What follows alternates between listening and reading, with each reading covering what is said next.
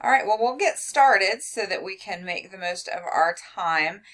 Today we're going to go over copy courses and the file cabinet. So if you all have a question, feel free to speak up. I think we just might have lost Lyle. Do you have me on mute? Do I need to mute mine? You can. Uh, I just don't want to make noise here and You're good. cause you.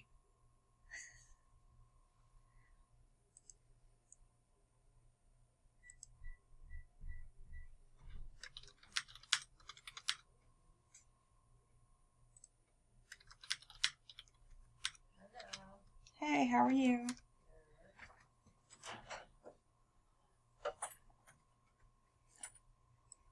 Okay, so the first thing I'm going to show you is how to copy courses. You log into Jenzabar, and then the copy courses tool is here on the left, which I know that you all have done this before, but we're going to copy one just to do it. I will copy, the first thing you want to do is select the term that you want to copy from. So I'm going to do my UDL course. I think it's in summer 1, but it's not in summer 1, it's in summer 2 maybe. Okay, so there's UDL 10102. And I usually make it a best practice to go in and look at these courses before I actually copy them to make sure that I'm not copying over something that I shouldn't be. And then the next step 2 is to select the course that you want to copy into. So I'm going to do this for the upcoming UDL course for this fall. And it does have some stuff in it, so it's going to give me an error message. And then you can either select everything or you can select specific course content. So if you click on the selected course content, it'll flip over and show you which pages that you can copy. So you could actually leave some if you've already done some work on it. So for example, maybe you set up your main page, but you want to copy over your coursework and your gradebook and things like that. So you can do that selected stuff here too. When you do coursework, gradebook, and attendance, you have to choose overwrite here on the right, or it will not let you copy. So I'm going to actually go ahead and select everything here. And then I usually select faculty initial posts are going to be copied. That way, if I have an introduction of myself, it's copied over, and I can, delete that if I want to, but I can also refresh it. So I usually select that one. You could also do all of the forms. I don't know why you'd want to do that, but that is an option.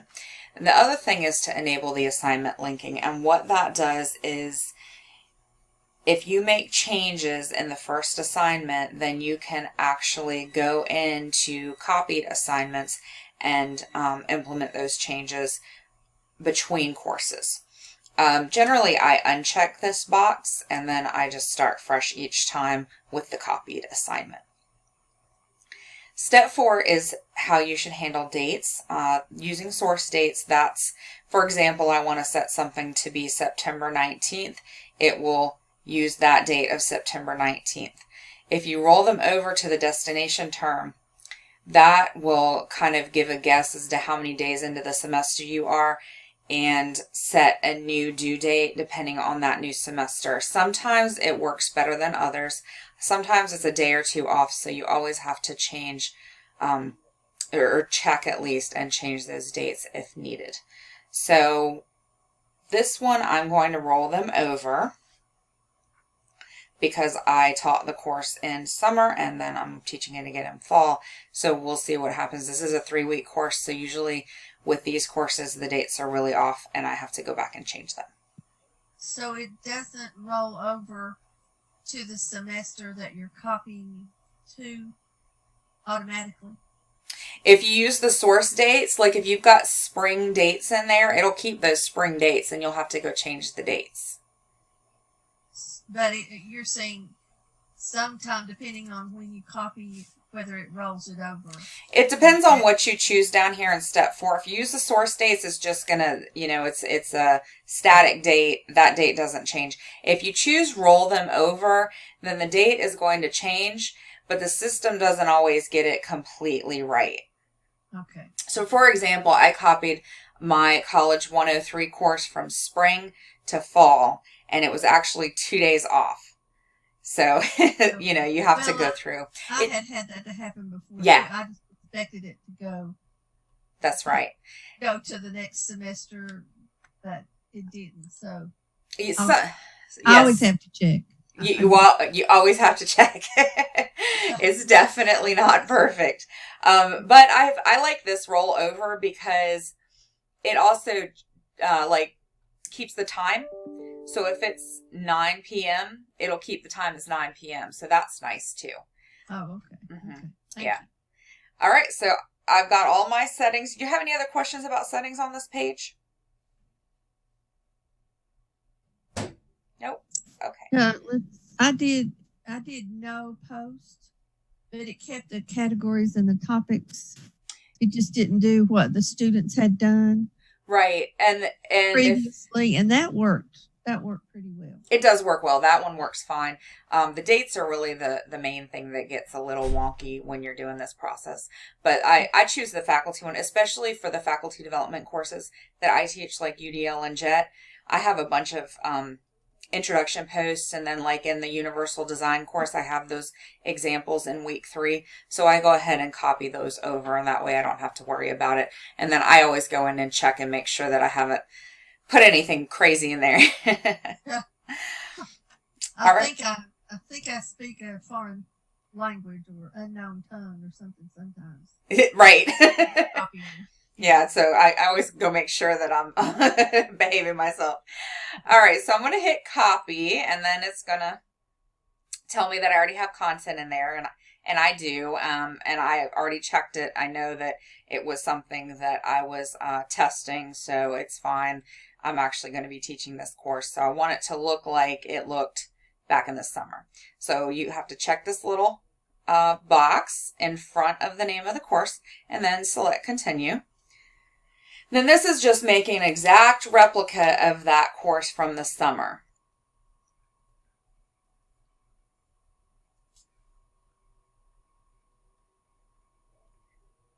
All right, so it'll give us a message that it's successfully copied. Sometimes this message will say there was a problem, and generally you want to go ahead and check that course that you copied into. A lot of the times it's fine. I haven't seen many issues, but sometimes it has a date issue or something like that. So I'm looking at these dates, and it gives you a chance to adjust these dates immediately upon copying the course.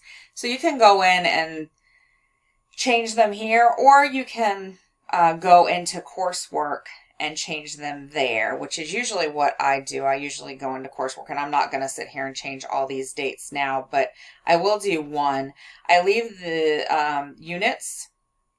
I just leave those open, and then change the due date. So this class I'm teaching in October. It begins October 28th. Obviously these dates are wrong. The reason is because this is not a standard semester to semester course. This is a 3-week course. So my dates always look like this. I always have to change them. So like this introduction in the UDL is going to be due like October 31st.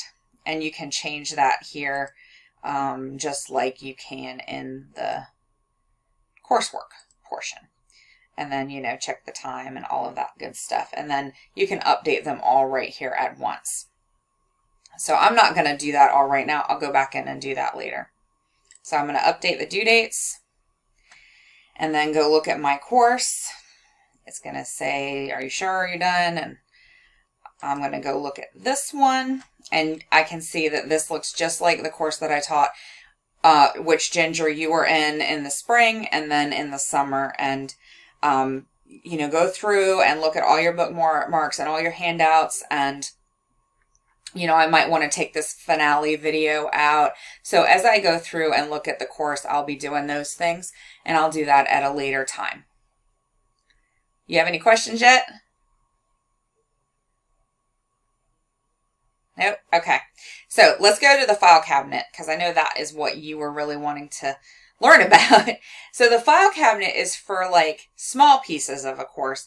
In the copy courses, you can copy certain pages and certain portlets. But say you just want to copy one bookmark or one handout and put that in your file cabinet. The other thing that the file cabinet will do is it will allow you to use rubrics across courses. Did you have a question?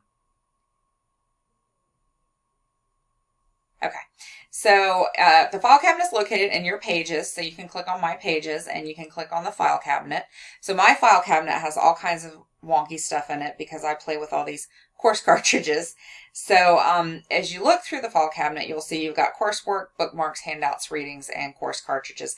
I generally don't store course cartridges in here. If I do anything with them, I go ahead and integrate them into a course and then store that assignment or that PowerPoint resource or whatever in the file cabinet rather than the whole course, rather than the cartridge, because the cartridge you still have to integrate in the course. So I like to integrate it and then put it in the file cabinet.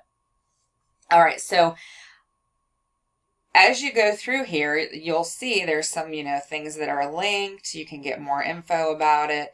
You can actually check the boxes and you can manage these things. So say that I want to do something with these things, I can delete them or I can move them into folders. I suggest for faculty to maybe organize this by courses and folders or whatever. You can create a new folder with this link at the top. So if you want to create that, and you can say, I'll say UDL is going to be my folder for that. So now I've got one for JET and one for UDL. And then if I wanted to move stuff around, I can just select whatever I'm moving, scroll down to the bottom and move them to that folder and select go. It moves those files, and then you can see you've got a little bit more organization within your file cabinet. Good so far? Okay.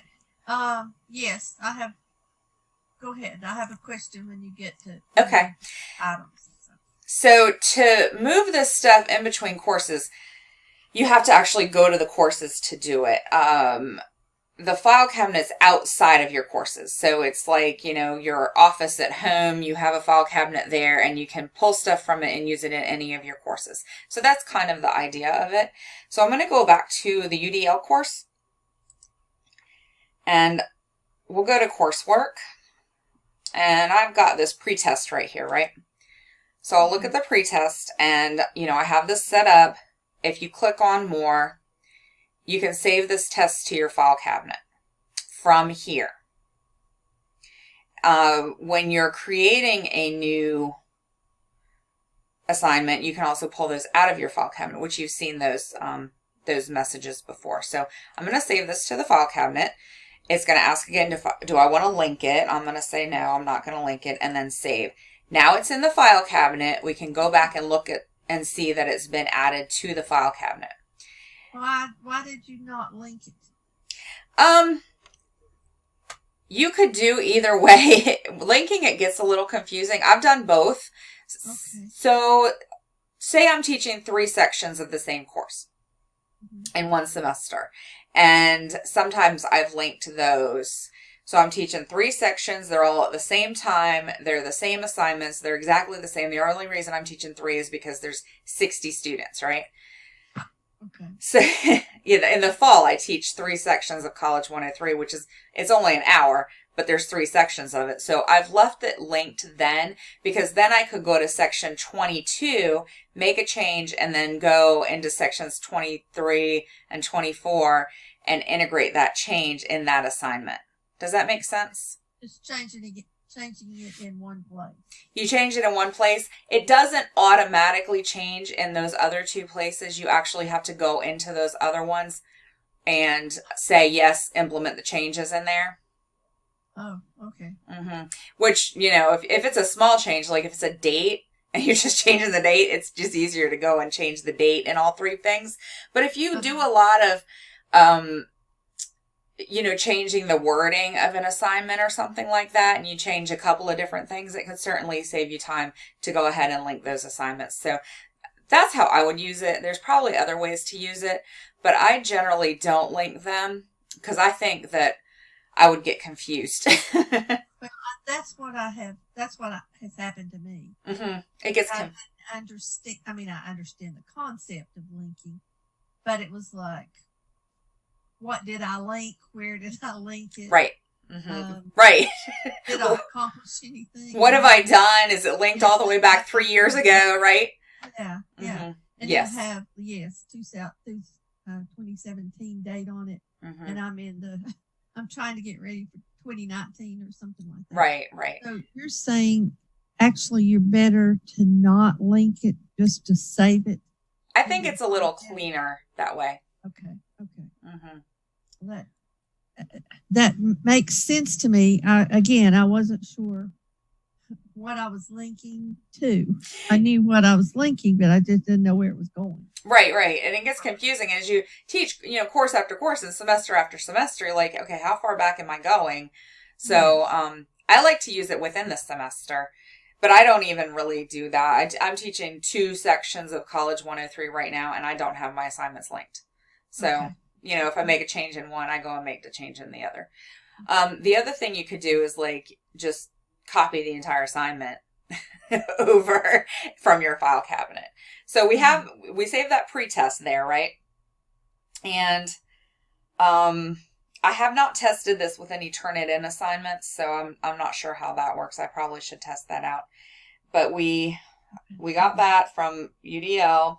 Let's look at the file cabinet, and you'll see it put the assignment in there, which is pretest. It also tells you when it was created, and that's the creation date of the assignment rather than the when it was put in the file cabinet. Well, nope, it was right here, 9/19. So that's when it was put in the file cabinet. So then you've got it in here. You can like drag it and put it in your UDL folder. And then when you go and you create another class and you want to use that assignment, you can just save that specific assignment into your coursework. Does that make sense? Yes. Yeah, it's confusing. The other thing that's really cool about the file cabinet is, say you have an assignment and you use a rubric. You got one of those, right? I haven't been very successful with it. With the rubric? Doing, Okay. No, and within this, I mean, I use rubrics. Yeah, I know. Don't use it in here. So, we have a few minutes left, so we'll go do one. So let's go and create a rubric for one of these UDL assignments.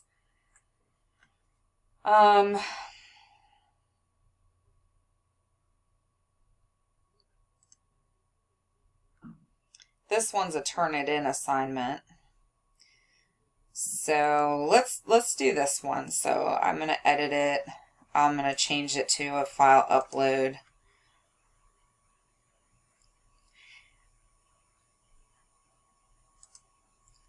Maybe.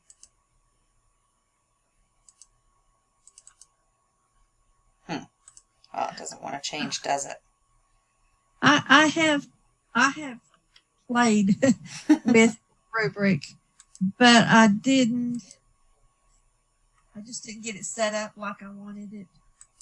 Yeah, it's kind of tricky. And actually, I prefer the one that is in the Turnitin. Have you been successful in using the Turnitin one at all? I have not tried that one. Okay, you might want to look at that one. I feel like it works a little bit better.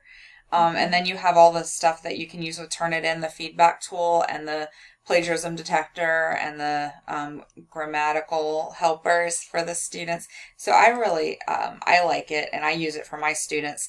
They have to like submit a resume. I'm not checking that for plagiarism. I want to give them good feedback, and I like that feedback tool in Turnitin. Okay. All right, we're going to open a new window here because that one doesn't want to play nice. Okay, so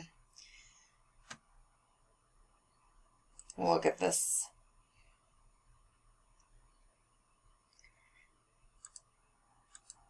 See if we can make us a rubric. Okay, so you put graded rubric, and then you set up this rubric. Yes. You add all your stuff, right? You know, you add your criterion. You know, is it good? Give it 5 points, whatever the case may be. So you've got a rubric. And then you can save this to the file cabinet. So we'll go, I think I just didn't save it. I was trying, when I tried this, I was trying to do for a writing, like the scale would have been 1, 2, 3, 4. And I just never could get it set up the way I wanted. Yeah, it's, you have to like manage that up here. Once you get it set up though, because as you know, rubrics take a while to set up. Once you get it set up, you can copy this rubric between assignments, even between different types of assignments. So say you have a paper and they're going to write paper 1, paper 2, paper 3, and you want to use the same rubric for each paper. You can actually share that rubric between those assignments, which is really cool. That's a good idea. So, yeah, so I'm going to save. I'll check into that too. So I'm going to save that. I'm going to save this to my file cabinet. This is the UDL syllabus assignment.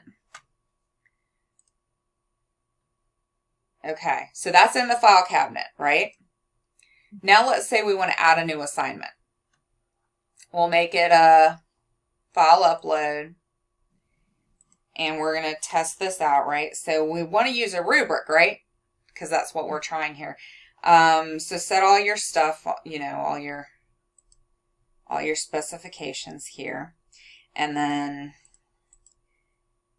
you select graded rubric.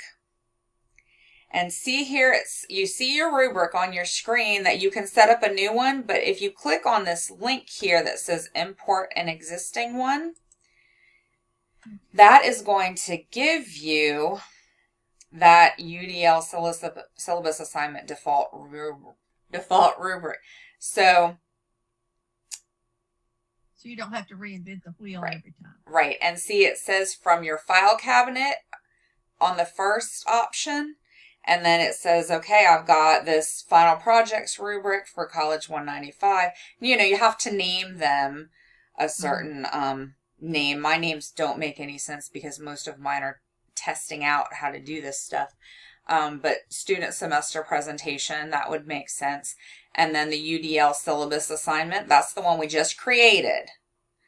So I can click on that. Also, if you scroll down, it will tell you from this individual course what rubrics you have in your file cabinet within the course. So like if you got that paper 1, paper 2, paper 3 situation going on, you can say, you know what, I want to use the same rubric from paper 1, but I'm doing paper 2, right? Okay. So then you just select the rubric you want. See, it popped it in there, the one that we just created. Yes. And then save the assignment. So the rubric can actually be used in different assignments because you have it in that file cabinet. Okay. Now, I know you have other things that you want to cover, but my thing is with test. I set up a test. One of the course work assignments is an online test.